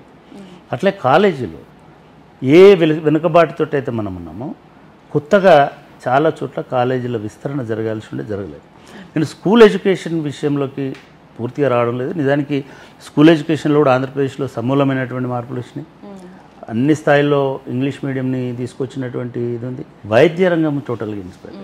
మీరు బీఆర్ఎస్ పార్టీ మొదటి మేనిఫెస్టోని కనుక తీసి చూసినట్టయితే ప్రతి నియోజకవర్గంలో, అసెంబ్లీ నియోజకవర్గంలో 100 పడకలో 200 పడకల సంపూర్ణ స్థాయి ఆసుపత్రి ఉంటుందని చెప్పినారు. ప్రతి మండల హెడ్ క్వార్టర్లో ఒక సమగ్రమైనటువంటి వైద్య ఆరోగ్య కేంద్రం ఉంటుందని చెప్పినారు. కానీ సెంట్రలైజ్ చేస్తున్నారు హెల్త్ సర్వీసెస్ నుంచి. టవర్స్, గాంధీ హాస్పిటల్, ఎంజిఎంని ఒక పెద్ద హాస్పిటల్గా ఏదో కడుతున్నారు, ఇంకో చోట ఇంకేవో కడుతున్నారు. కానీ హైదరాబాద్ చుట్టుపక్కల కడుతున్నారు. ఆదిలాబాద్లో కూడా కట్టాలి, కరీంనగర్లో కూడా కట్టాలి, మహబూబ్నగర్లో కట్టాలి, నారాయణపేటలో కట్టాలి. వైద్యం అనేటువంటిది ట్రావెల్ డిస్టెన్స్ని లెక్కించేటట్టు ఉండకూడదు. వైద్యం అనేటిది నెక్స్ట్ డోర్లో ఉండాలి. అటువంటి వైద్య పాలసీని తీసుకురావాల్సినటువంటి అవసరం ఉండే అక్కడ ఖచ్చితంగా విఫలమైనారని చెప్పవచ్చు. మూడోది, సామాజిక న్యాయ కల్పనలో సంపూర్ణంగా విఫలమైనారని చెప్పవచ్చు. ఎందుకు చెప్తున్నాను ఈ మాట అంటే, ఎంపవర్ చేయడానికి కొన్ని సొసైటీస్ని, కొన్ని స్కీమ్స్ని అడాప్ట్ చేసినారు. ఈ స్కీమ్స్ అడాప్ట్ చేయడం వలన కొన్ని కమ్యూనిటీస్ బాగుపడితేమో కానీ ఇది సంపూర్ణంగా ఒక సామాజిక న్యాయ ప్రాతిపదికన ఈ బెనిఫిట్స్ అందవు. ఒక గొర్రెల పెంపకందారుడికి అందినట్టుగా ఒక రాళ్ళు కొట్టేటువంటి వడ్డరకు అందలేదు, ఒక చేపలు పట్టే వాళ్లకు అందినట్టుగా ఒక వ్యవసాయ కూలీకి అందలేదు. వ్యవసాయ కూలీలు ఇంకా అదే స్థితిలో ఒక రైతుకు అందినంత బెనిఫిట్ అంత బెనిఫిట్ కాదు, ఆ మోతాదు బెనిఫిట్ ఒక రైతు కూలీకి అందలేదు. ఇది అసమతుల్యమైనటువంటి వనరుల సంపద పంపిణీ అని చెప్తున్నారు కదా, ఈ అసమతుల్యత అనేది సామాజిక అంతరాలను కూడా పెంచే రకంగా ఉంటుంది. దీనికి నిజానికి ఎంబీసీ విధానము అనేది ప్రకటించినారు, దానికి డబ్బులు ఇవ్వలేదు. పాలిటిక్స్ వల్ల చూస్తున్నా ఇప్పుడు మళ్ళీ కాంగ్రెస్ గవర్నమెంట్ వచ్చిన తర్వాత టార్గెటెడ్ పాలిటిక్స్ గమనిస్తున్నాం కదా చాలా ఎక్కువగా. అంటే అప్పుడు టార్గెట్ చేశారని చెప్పి ఇప్పుడు మళ్ళీ రివర్స్లో టార్గెట్ చేస్తున్న విధానం ఒకటి, ఫోన్ ట్యాపింగ్ విషయంలో కానీ ఇప్పుడు మళ్ళీ సింబల్స్ని మార్చడం విషయంలో. నేను దానిలో టార్గెట్ ఏముందండి, ఇప్పుడు ఫోన్ ట్యాపింగ్ జరిగింది అనేటువంటిది ఒక వార్త లీక్ అయింది. అంతకుముందు చాలామంది చెప్పారు ఫోన్ ట్యాప్ అవుతుంది, నీ ఫోన్ ట్యాప్ అవుతుందని కూడా చెప్పాడు నాకే చెప్పాడు. నవ్వినా నేను, అయితే నాకేముంది, నా ఫోన్ గత అన్ని ప్రభుత్వాల్లో నేను తెలంగాణ మూమెంట్లో ఉన్నప్పుడు కూడా నా ఫోన్ ఒక 5-6 సంవత్సరాలు ట్యాప్ అయింది, తర్వాత కూడా ట్యాప్ అయి ఉండొచ్చు. ఫోన్ ట్యాపింగ్ నేరం అనుకున్నప్పుడు దాని మీద విచారణ చేస్తే టార్గెట్ మీ ఫోన్ ట్యాప్ అవుతుంది అనే విషయము మీకు నాకు ఎందుకు అనిపిస్తుంది? ట్యాప్ అవుతుంది, ఎందుకంటే భారతదేశంలో గత 30 ఏళ్ళ నుంచి ఫోన్లు ట్యాప్ అవుతున్నాయి. అందరి నక్సలైట్లే ట్యాప్ అవుతున్నాయి, మామూలు హక్కుల కార్యకర్తలే ట్యాప్ అవుతున్నాయి, మనుషులే ట్యాప్ అవుతున్నాయి. టార్గెట్ థ్రెట్ ఎవరు అనుకుంటే వాళ్ళ ఫోన్లు ట్యాప్ అవుతున్నాయి. నేనేం ఆశ్చర్యపోలే, అది నా హక్కు భంగం అని చెప్పుకోవాలి, ఎందుకంటే నాకు తెలుసు అంతకుముందు మూమెంట్ అప్పుడు కూడా స్వయంగా నరసింహన్ గారే రిపోర్ట్ అడుగుతున్నారని చెప్పిన ఆఫీసర్లు ఉన్నారు. ఫైన్, ఎందుకంటే ఒక యూనివర్సిటీ ప్రొఫెసర్ని, నేను అసాంఘిక కార్యకలాపాలు చేస్తే కదా నేను ఆలోచించాలి. అది జరిగింది. తర్వాత ఎవరో అది మీడియాలో వచ్చింది. ఫోన్ ట్యాపింగ్ అనేది చట్టరీత్యా నేరమైనప్పుడు దాన్ని టార్గెట్ ఎందుకు అంటున్నారు? మీరు ట్యాపింగ్ టార్గెటెడ్గా చేయొచ్చు కానీ విచారణ చేస్తే టార్గెటింగ్ కాదు. నేను అడిగింది వేరు. అప్పుడు టార్గెట్ చేశారు కాబట్టి ఇప్పుడు దాన్ని కక్ష తీర్చుకుంటున్నారా? విచారణ జరుగుతుందమ్మా. అంటే మీడియాకి ఏమైపోతుందంటే మీడియానే విచారణ సంస్థ అయిపోయి వాళ్ళ, ఎందుకంటే అక్కడ ఒక సిట్ ఉంది, టీఎస్పీఎస్ని కూడా ఇట్లనే చేసినారు. ఆడ సిట్ ఉంది, ఇక్కడ ప్యారలల్గా మనము నిర్ధారణలు చేసేసినాం.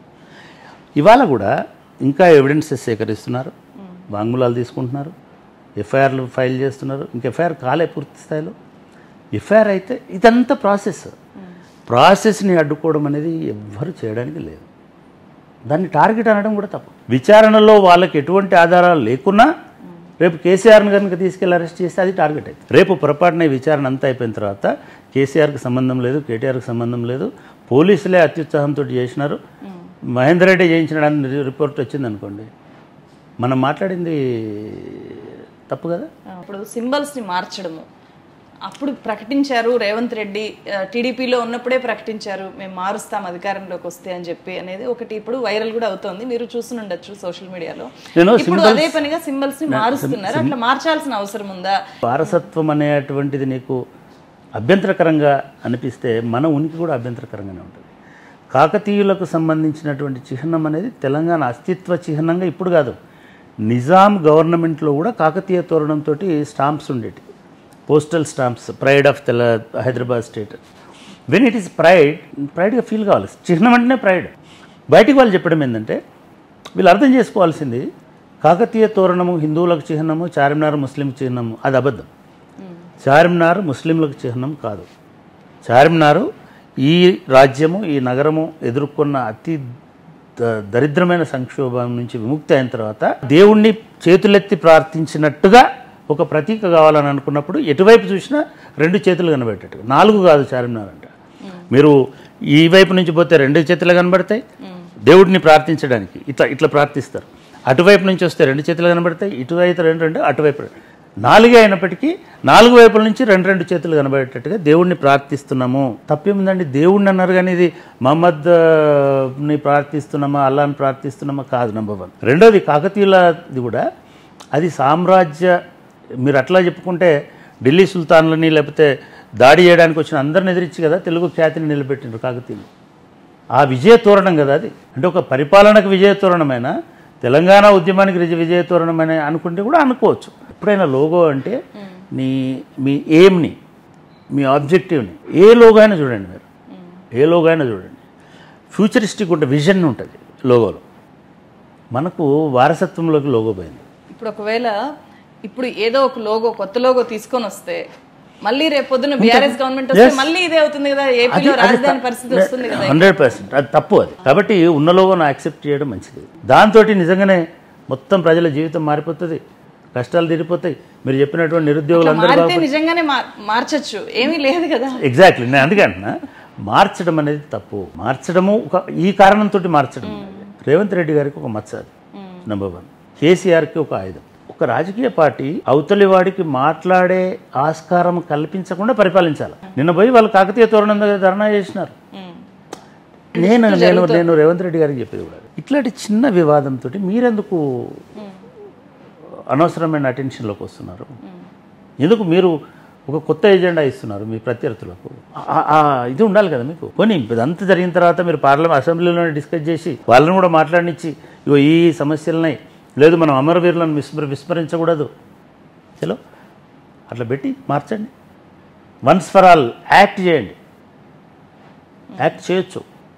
ఇది మా లోగో, ఇది మా గీతము, దీన్ని మార్చినా మీరు జనగణమనని మీ ఇష్టం వచ్చినట్టు పాడడానికి లేదు. ఇవాళ అనవసరంగా మళ్ళీ జనాల్ని ఒకటే, ఇది బీఆర్ఎస్లో వస్తే ఏమవుతుంది, ధర్నా చేస్తే ఏమవుతుంది, చార్మినార్ పోతే ఏమవుతుంది, ఇమీడియట్గా అసదుద్దీన్ వేసి మాట్లాడండి కదా.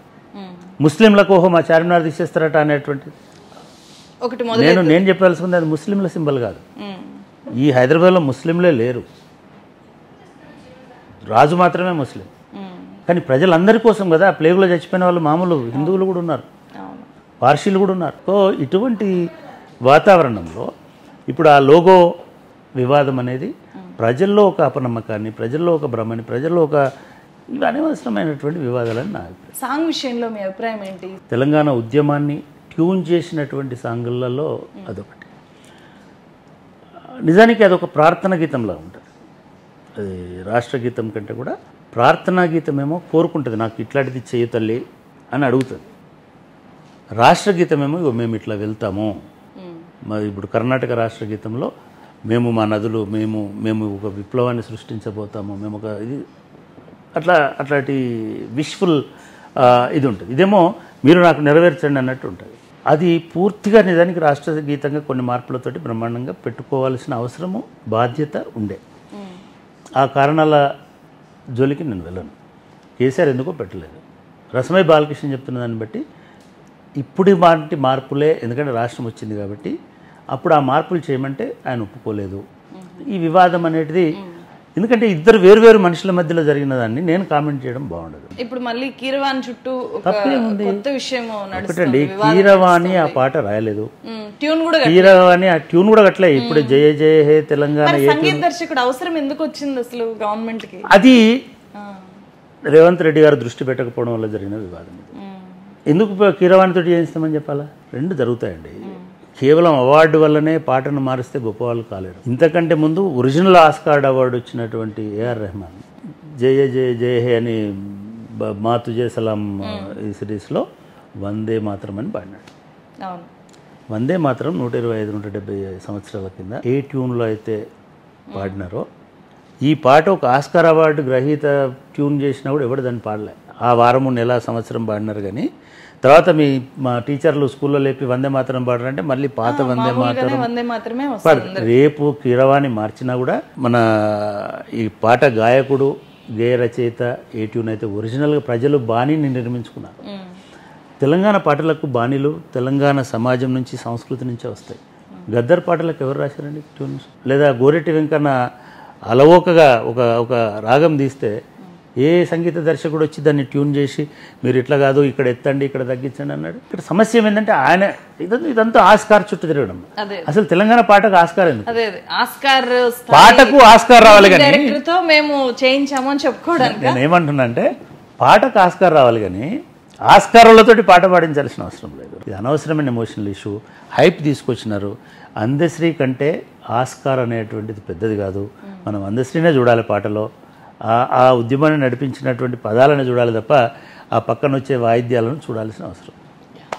తెలంగాణ మీద బీజేపీ ఎఫెక్ట్ అనేది ఎట్లా ఉంటుంది, మీరు ఎట్లా చూస్తారు? అంటే ఎక్కువ స్ప్రెడ్ అవుతూ ఉందా? నిజానికి ఇది ఒక అనూహ్యమైనటువంటి పరిణామం. దేశమంతా ఇప్పుడు ఇవాళ రేపు ఎలక్షన్లు ఇది వస్తాయి కాబట్టి దేశమంతా మతతత్వానికి, బీజేపీకి, మత విలువలకి లేదా సోకాల్డ్ యూనో దీనికి వ్యతిరేకంగా ఆలోచిస్తుంది అని చెప్తున్నటువంటి టైంలో అన్ఫార్చునేట్లీ తెలంగాణ బీజేపీ వైపు డ్రైవ్ అవుతుంది. దీనికి కూడా ఇక్కడ ఉన్నటువంటి రాజకీయ పక్షాల వైఫల్యం అని చెప్పడం నాకు ఎటువంటి అభ్యంతరం లేదు. ఈవెన్ ఏపీతో కంపేర్ చేసినా కూడా అనిపించట్లేదా సార్ మీకు? అంటే ఏపీ పొలిటికల్ గా అసలు ఏమీ లేదు, మూమెంట్ లేదు, ఏపీ ఇక్కడ ఎందుకు అట్లాంటి స్కోప్ ఉంది అని? ఇంకా చైతన్యవంతమైన తెలంగాణ కదా. అంటే ఎప్పుడైనా సరే ఒకవైపు చైతన్యం పెరుగుతుంటేనే ఇంకోవైపు అజ్ఞానం పెరుగుతుంటుంది. వాస్తవం అంటే పోలరైజేషన్ జరుగుతుంటుంది సొసైటీలో. ఈ చైతన్యం కూడా సరైనటువంటి పద్ధతిలో మళ్ళీ మన ఇద్దరిని ట్రోల్ చేస్తారు. నేను అజ్ఞానం పెరుగుతుంది. ఇది నేను ఇంకోటి కూడా ఏమంటున్నానంటే సరే కాదు, ఒకవైపు లెఫ్ట్ పెరుగుతుంది, ఇంకోవైపు రైట్ పెరుగుతుంది. చాలామంది అంటుంటారు నార్త్ తెలంగాణలో అంత పెద్ద నక్సలైట్ ఉద్యమం, అంత పెద్ద లెఫ్ట్ ఉన్న కాడ బీజేపీ గెలవడం ఏంది అని. ఇప్పుడు మళ్ళీ సేమ్ ఇట్లా ఉంటుంది. కాకతీయులు గెలిచినారని చెప్పేసి ఇంకోరు కూడా గెలవరు. అప్పుడు వాళ్ళ ఆధిపత్యం ఉండొచ్చు, కానీ ఆ జనరేషన్ అయిపోయింది. కొత్తగా వచ్చే జనరేషను, కొత్తగా ఉండేటువంటి అవసరాలు, కొత్తగా ఉండేటువంటి ఇదంతటికి కారణం మళ్ళీ మీరేమనుకోవద్దు, వాళ్ళేమనుకున్నా పర్వాలేదు, ప్రజా ఉద్యమాలు, పౌర సమాజము సరి అయినటువంటి దిశలో పనిచేయకపోవడం వల్ల. ఎప్పుడైనా సరే మీరు ఎంగేజ్ అవుతూ ఉంటే, యాక్టివ్ ఉంటే ఇంకోళ్ళు ఎంటర్ అవ్వరు. నేను చాలా ఆశ్చర్యపోయేటువంటి అనుభవాలు ఏమిటంటే, ఒకప్పుడు తమకు జీవన అవసరాలైనటువంటి భూములలో ఎర్రజెండాలు పాతినటువంటి చోట ఇవాళ కాషాయ జెండాలే గుర్తున్నాయి. స్కూళ్ళలో కాషాయ డ్రెస్ వేసుకొని వస్తున్నారు పిల్లలు. స్కూళ్ళలో కాషాయ హనుమాన్ మాల అని వేసేసుకొని. సరే అదొక విశ్వాసమైనప్పుడు, అయ్యప్పని ఇది చేసినప్పుడు, బుర్ఖాను పరదాను ఇది చేసినప్పుడు మనకేం అభ్యంతరం ఉండక్కర్లేదు. కానీ అది ఒక ఐడియాలజీ లాగా వస్తుంది. దాన్ని తప్పుపట్టాల్సిన అవసరం కూడా లేదు. మీరు ఇందాక అజ్ఞానము విజ్ఞానం అన్నారు కదా. భారతీయ జనతా పార్టీ నాలాంటి వాడిని కూడా అప్రోచ్ అయింది. అవును, నేను అదే అడుగుదామనుకుంటున్నా. పెద్దపల్లి టికెట్ మీకు ఆఫర్ చేసి మిమ్మల్ని చైర్మన్ చెప్పి వారికి నా కృతజ్ఞతలు. భారతీయ జనతా పార్టీ తనకు ప్రయోజనం కలుగుతుందంటే, లేదా ఏ రాజకీయ పార్టీ అయినా తనకు ప్రయోజనం కలుగుతుందంటే ఎవరినైనా ఆశ్రయిస్తారు, ఎవరికైనా అవకాశం ఇస్తారు. అసలు ఎట్లా జరిగింది కొంచెం ఏమన్నా క్లుప్తంగా చెప్పడానికి అది అనవసరమైన ప్రస్తావన అయినప్పటికీ ఆశ్చర్యం కాదు. ఇప్పటికీ కూడా నా మిత్రులు ఇప్పటికి కూడా నా మిత్రులు నువ్వు నష్టపోయినావనే చెప్తున్నారు. నష్టపోయినావు. బీజేపీ విపరీతంగా ప్రజల ఆమోదం తీసుకోకపోవడం వల్ల ప్రజల ఆమోదం ఉంది. ఏ హంగామా అక్కర్లేదు, మీరు ఏదో పార్టీ మారడం కాదు, మీరు ఒక న్యూట్రల్ క్యాండిడేట్గా మేము మిమ్మల్ని కన్సిడర్ చేస్తాం. మీకున్న ఇమేజ్ని పార్టీ కూడా దాన్ని తీసుకుంటుంది. మిమ్మల్ని మీ రాజకీయాలన్నీ మాకు తెలుసు. మీరు జై శ్రీరామ్ అనక్కర్లే, ఇంకోటి అనక్కర్లే, కండువాలు ఇది ఏం అక్కర్లే. అది చక్రపాణిగానే మిమ్మల్ని ప్రొజెక్ట్ చేస్తాం. ఎస్ ఇవన్నీ ఒక వారం రోజులు చర్చలు జరిగింది. ఇవన్నీ ఇస్తాం. మీరు ఇండిపెండెంట్ గా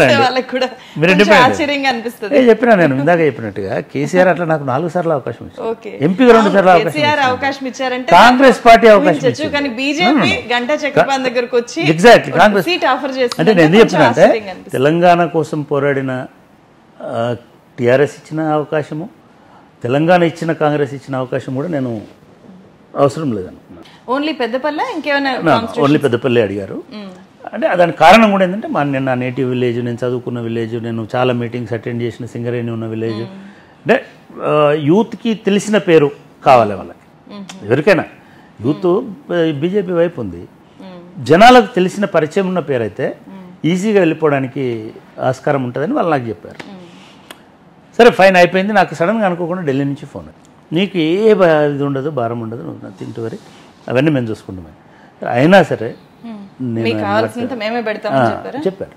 అంటే ఎవరైనా చెప్తారు, కాంగ్రెస్ పార్టీ కూడా చెప్పింది మేమే చెప్తాం అంటే. అందుకే కదా పాపం రేవంత్ రెడ్డి డబ్బులు లేకనే డబ్బులు అందరికీ టికెట్లు ఇచ్చినారు.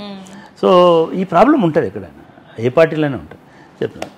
చెప్పిన తర్వాత లేదు వాళ్ళు మాట్లాడితే మాత్రం నువ్వు నెగిటివ్ చేయకు, ఆలోచించుకుంటా అని చెప్పి ఆయనకు ఒక టాప్ 2-3 పీపుల్లో ఉండే వాళ్ళ మనుషులు ఎవరో మాట్లాడినారు, హిందీ వాళ్ళు ఎవరో మాట్లాడారు. అమిత్ షా, మోదీకి అవన్నీ మీ క్యూరియాసిటీ తగ్గించుకుంటే మంచిది. ఎవరో ఒక టాప్ ఇదిలో ఉన్న వాళ్ళు ఎవరో అడిగారు, మీరు నాకు ఈ ఆఫర్ ఇచ్చినందుకు ఐఎమ్ వెరీ థ్యాంక్ఫుల్. ఎందుకంటే ఒక జాతీయ పార్టీ, మీరు ఒక గవర్నెన్స్లో ఉన్నారు, నాకు యాచితంగా మీ టికెట్ల కోసం 100 కోట్లు ఖర్చు పెట్టుకునే వాళ్ళు ఉన్న సందర్భంలో మీరుగా నాకు సింపుల్గా ఏమంటే, నేను కానీ నా కుటుంబ సభ్యులు కానీ సేమ్ డే నేనేమి వదిలేయాలి. నా భోజనం చేసేటప్పుడు నా వైఫ్, నా పిల్లల్ని, మా అమ్మాయి యూఎస్లో ఉంటే అమ్మాయితో కూడా అరే ఇట్లాంటి ఆఫర్ వచ్చిందని అంటే అందరూ నీకు అసలు అది సూటే కాదు, నువ్వెందుకు అనవసరంగా ఇది. నేను దానికి నిలబడి ఉన్నాను. ఫైన్. అసలు నాకు పోటీ అంటేనే చాలా చిరాకు, కాబట్టి నేను పోటీ చేయను. ఈవెన్ అంతకుముందు బాలకసుమన్ ఎమ్మెల్యేగా వచ్చి ఎంపీ వదిలేసినప్పుడు కూడా నన్ను పిలిచి అడిగారు, కేసీఆర్ గారు అడిగారు ఎక్కడో, అన్న మీరు పోటీ చేయండి అని. నేను చెప్పాను నేను పోటీ చేయను. చెప్పండి, ఇప్పుడు తెలంగాణలో ఇంకొక 5 ఏళ్లలో బీజేపీ ఏమైనా అధికారంలోకి వచ్చే ఛాన్స్ ఉంటుందని ఏమైనా మీకు అనిపిస్తుంది? ఇప్పుడున్నటువంటి రాజకీయ పక్షాలు కనుక విఫలమైతే అంటే నిజంగా కూడా రేవంత్ రెడ్డి గారు ఒకటి ఏం చేశారు, ఆయనకు ఇమ్మీడియట్ ఎనిమీ బీఆర్ఎస్ అనుకొని ఇమ్మీడియట్గా దాని మీద ఫోకస్ చేసుకుంటూ వచ్చినారు. ఒక 6 నెలలు బీజేపీని పట్టించుకోలేదు. తర్వాత ఇప్పుడు అధికారంలోకి వచ్చినా కూడా 3-4 నెలలు పట్టించుకోలేదు. దీంతో ఏమైంది, ఒక స్థానం ఉన్న చోట నుంచి 5-8 స్థానాలకు వచ్చినారు. బీజేపీ చాలా బలపడుతుంది, చాలా బలపడుతుంది. నేను ఎందుకన్నా అంటే ఈ 18% 20% వస్తే అయిపోతుందా? అయిపోతుంది ఇవాళ రాజకీయాలలో. ఎందుకంటే మనకు నార్త్ ఈస్ట్లో ఒక 13 స్టేట్లలో ఒక 8 ప్రభుత్వాలని మార్చడానికి ఈ నలుగురే ఆ ఫీల్ గుడ్ అట్మాస్ఫియర్ సొసైటీలో ఉన్నప్పుడు ఏ కుట్రను ఎవరు పట్టించుకోరు. మనం చూసినాము మహారాష్ట్రలో జరిగినటువంటి సంక్షోభం, ఇది జరిగేటువంటి ఆస్కారం ఉంటుంది. బీజేపీ ఎదుగుతుంది, తప్పేం లేదు. బీజేపీ గవర్నమెంట్ కూడా వస్తుంది బీజేపీ తలుచుకుంటే. అది ఎప్పుడు వస్తుంది? బీజేపీ కేంద్రంలో కనుక వస్తే ఖచ్చితంగా తెలంగాణలో బీజేపీ గవర్నమెంట్ వస్తుంది. ఎందుకంటే వాళ్ళ ప్రయత్నాలన్నీ బీఆర్ఎస్ని పూర్తిగా సమూలంగా బదనాం అంటే నెగిటివ్ కాదు, బదనాం చేయడానికి, లేకపోతే వాళ్ళ మీద అనేక కుంభకోణాలు, ఆరోపణలు, జైళ్ళు ఇటువంటి చేయడానికి వాళ్ళు ప్రయత్నం చేస్తారు. ప్రధాన ప్రతిపక్షము లేకపోతే సెకండ్ ప్లేస్లోకి రావడం జరుగుతుంది. నేనేమేం చెప్తున్నానంటే పదే రేవంత్ రెడ్డి గారు తనకు ఎవరు ప్రతిపక్షంగా ఉండాలో తను నిర్ణయించుకోవాలి. బీజేపీ ప్రతిపక్షం అయితే అది నెలల్లోనా, మధ్యలోనా, 5 ఏళ్లలోనా చెప్పలేదు. బీజేపీ ప్రతిపక్షం ఉండాలని ఆయన కోరుకుంటే ఇవాళ గేట్లు తెరిచి మొత్తం బీఆర్ఎస్ నుంచి 30 మందిని తీసుకున్నావుడా, బీజేపీలో 60 మందిని గుత్తగా తీసుకోపోరు అనేటువంటి గ్యారంటీ లేదు. కాబట్టి చాలా చాలా జాగ్రత్తగా ఉండాల్సింది రేవంత్ రెడ్డి ప్రభుత్వం. అలాగే బహుజనవాదం అనేది ఫ్లరిష్ అయ్యే అవకాశం ఉంటుందా తెలంగాణలో? ఇప్పుడే కదండి, ఎప్పుడు ఫ్లరిష్ కాలే. మనం హైప్ ఇచ్చినాం మన యూట్యూబ్ ఛానళ్ళలో, మీడియాలో. కొంతమంది లీడర్లను పట్టుకొని వాళ్ళే దేశభక్తులు, వాళ్ళే దేశముదురులు, వాళ్ళని మించిన దళితులు లేరు. తెలంగాణ సమాజం ఒక భిన్నమైన సమాజం, ఇది బీహార్ సమాజం లాంటిది కాదు. నేను ఇది ఆ కాలంలోనే నలుపు అనే ఒక పత్రికలో కన్షీరామ్ గారు వచ్చి ఇక్కడ ఎఫర్ట్స్ పెడుతున్నప్పుడు టైంలోనే, ఎందుకంటే అక్కడ చూపించినంత డిస్పారిటీ ఇక్కడ కనబడదు. ఇక్కడ రాజకీయాలు అప్పటికంటే కన్షీరామ్ రావడానికంటే ఒక 60 సంవత్సరాల ముందు నుంచి ఒక క్లాస్ ఫార్మేషన్ అనేది జరుపుకుంటూ వచ్చింది. లెఫ్ట్ డామినేషన్ అనేది వండుకుంటూ వచ్చింది. లెఫ్ట్ డామినేషన్ ఉన్న చోట ఇటువంటిది ఈ లెఫ్ట్కి జవసత్వాలు ఇచ్చింది కూడా దళిత సామాజిక వర్గాలే. నక్సలైట్ మూమెంట్ వచ్చింది, దానికి దళితులే. ఎప్పుడు కూడా 2%, 3% దాటలేదండి. అది ఇంకా దీనికి కారణం ఏంటంటే మిగతా చోట్ల ఓబీసీలు తక్కువ ఉండి ఎస్సీలు కూడా సమఉజ్జీలు ఉన్నప్పుడు ఇది సాధ్యమవుతుంది. ఇవాళ ఎస్సీల నాయకత్వంలో బీసీలు పనిచేయమంటే అసలు నాకు ఇది అర్థం కాదు. ఈ నిచ్చెన మెట్ల వ్యవస్థ అని చెప్తున్నారు. పై మెట్రోడు కింది మెట్రోడు కింద ఎందుకు పనిచేస్తాడు? ట్రస్ట్ మీ, ఒక్క మేధావి కూడా బహుజనవాదముతో లేడు బీసీలలో. ఒక్క ప్రొఫెసర్ కూడా దాన్ని బోధిస్తలేడు. ఒక్క విద్యార్థి కూడా దాన్ని, చివరికి ఏ కులం వాళ్ళు ఆ కులం వాళ్ళుగానే తమ అస్తిత్వాన్ని చాటుకునే. ఈ 5 ఏళ్ల పాటు కూడా అలాగే ఉంటుందని అంటున్నారు. 100% బీజేపీకి ఉన్నంత స్కోప్ కూడా బహుజనవాదానికి ఉండదు. బీజేపీకి బహుజనవాదానికి సంబంధమే లేదండి. బీజేపీ ఒక 85% జనాభా ఫోర్స్ అనుకుంటున్నాం. బహుజనవాదం అనేది ఇంకా ప్రిలిమినరీ లెవెల్లో ఉంది. బీసీలు అందరూ మాకు కులం లేదు, మేము దళితులతో భోజనం చేస్తాం, అంతర్గత వివాహాలు చేసుకుంటాం, మేమందరం ఒకటే అని అనుకుంటే తప్ప బహుజన్ అనే అసలు బహుజన్ అనే కాయినేజ్ తప్పు. అరే ఈ రాష్ట్రంలో ఒక ఎస్సీ అనడానికి అవకాశం లేదు, మాలనా మాదిగనా అనాలా. అట్లాంటిది బీసీ వచ్చి ఎస్సీ వచ్చి ఎట్లా కలుస్తారండి? ఇదంతా ఏంటంటే ఓటర్లను ఒక ఇది చేసి అధికారంలోకి రావడం కోసం ఏదో పవర్లో అది రారు, ఎవరితోటో పొత్తు పెట్టుకోవాలా, లేదా అది కూడా సాధ్యం కానప్పుడు ఏదో పార్టీలో కలవాలి. తెలంగాణ ప్రస్తుతం ఉండే ప్రభుత్వానికి కానీ లేకపోతే ఉద్యోగాల కోసం ఎదురు చూస్తున్న యువతకు కానీ మీరు చెప్పే ఫైనల్ మీ వర్డ్ ఏంటి? ఉద్యోగాల కోసం ఎదురు చూసే యువత 30 లక్షల మంది, నాకు నా అంచనా ప్రకారం 25 లక్షల మంది ఉన్నారు. 25 లక్షల మందికి ఉద్యోగాలు వేయడం అనేటువంటిది ఎన్నుకున్న 50 లక్షల మందికి సాధ్యమయ్యేటువంటి పని కాదు. యువత ఉపాధి రంగాల వైపు ప్రధానంగా దృష్టి పెట్టాల్సినటువంటి అవసరం ఉన్నది. నేనేమడుగుతున్నానంటే ఇంకొక 5 ఏళ్లలో తెలంగాణ ఎలా ఉండాలని మీరు చూస్తారు? ఎప్పుడు కూడా నేను ఒకటే చెప్తానండి, మొదటి క్వశ్చన్ ఏది చెప్పిన ఇప్పుడు అదే చెప్తున్నాను. ప్రజల భాగస్వామ్యము, ప్రజల ఒత్తిడి, ప్రజలకు ఉన్నటువంటి చైతన్యము పట్టి ఆ సమాజం షేప్ చేసుకుంటారు. కేరళలో ఎల్డిఎఫ్ వచ్చినా ప్రగతి ఉంటుంది, యూడిఎఫ్ వచ్చినా ప్రగతి ఉంటుంది. ఎందుకంటే అక్కడ ప్రజా సమూహాలు, ప్రెజర్ గ్రూప్స్ గైడ్ చేస్తుంటాయి ప్రభుత్వాన్ని. తెలంగాణలో బీఆర్ఎస్ వైఫల్యము మన వైఫల్యం అని నేను అనుకుంటున్నాను. కొన్ని రంగాల్లో బీఆర్ఎస్ వైఫల్యము ఈ so called intellectuals, so called social groups, movements, వీటి వైఫల్యం వల్ల ఇది ఆ ప్రభుత్వం పూర్తి న్యాయం చేయలేదు, లేదా కొన్ని రంగాల్లో విఫలమైంది, తద్వారా అధికారం కోల్పోయింది. దానివల్ల తెలంగాణకి ఏం నష్టం లేదు, అది ఆ ప్రభుత్వానికి నష్టం. ఇప్పటికి కూడా తెలంగాణ ప్రభుత్వం ఉంది. ఇప్పుడు 5 ఏళ్లలో కూడా అప్పుడు కేసీఆర్ని ఎట్లాగైతే మోసినామో ఇప్పుడు కూడా అట్లనే మోస్తామని అనుకుంటే, మనం ప్రజల తరఫున ఉండకుండా, నోరు తెరపకుండా ఉంటే డెఫినెట్గా రేవంత్ రెడ్డి తనదైనటువంటి పద్ధతిలో, నేనేమంటున్నానంటే మన పర్సెప్షనే. మళ్ళీ కేసీఆర్ అయినా తెలంగాణను చెడగొట్టాలని పాలన చేయలేదు, రేవంత్ రెడ్డి కూడా తెలంగాణను నాశనం చేయాలి, చెడగొట్టాలని పాలించడు. ఆయన తోచిన పద్ధతిలో పాలిస్తాడు. మీరు కూడా ఒత్తిడి పెడతారు. ఇప్పుడు నిజానికి ఇప్పుడు ఇంకొక అడిషనల్ ఇదేమంటే, ఈ 10 సంవత్సరాలు ఎవరైతే సరైన దిశలో ప్రభుత్వం పోలేదనుకున్నారో వాళ్ళు ప్రభుత్వంలో ఉన్నారు. భాగస్వామ్యం అనేది ఇప్పుడు కోదండరాం భాగస్వామి ప్రభుత్వం, ఆయన కూడా చెప్తున్నాడు నేను భాగస్వామ్యం వహించాలని చెప్తున్నాను. మేము భాగస్వామ్యం వహించలేదు.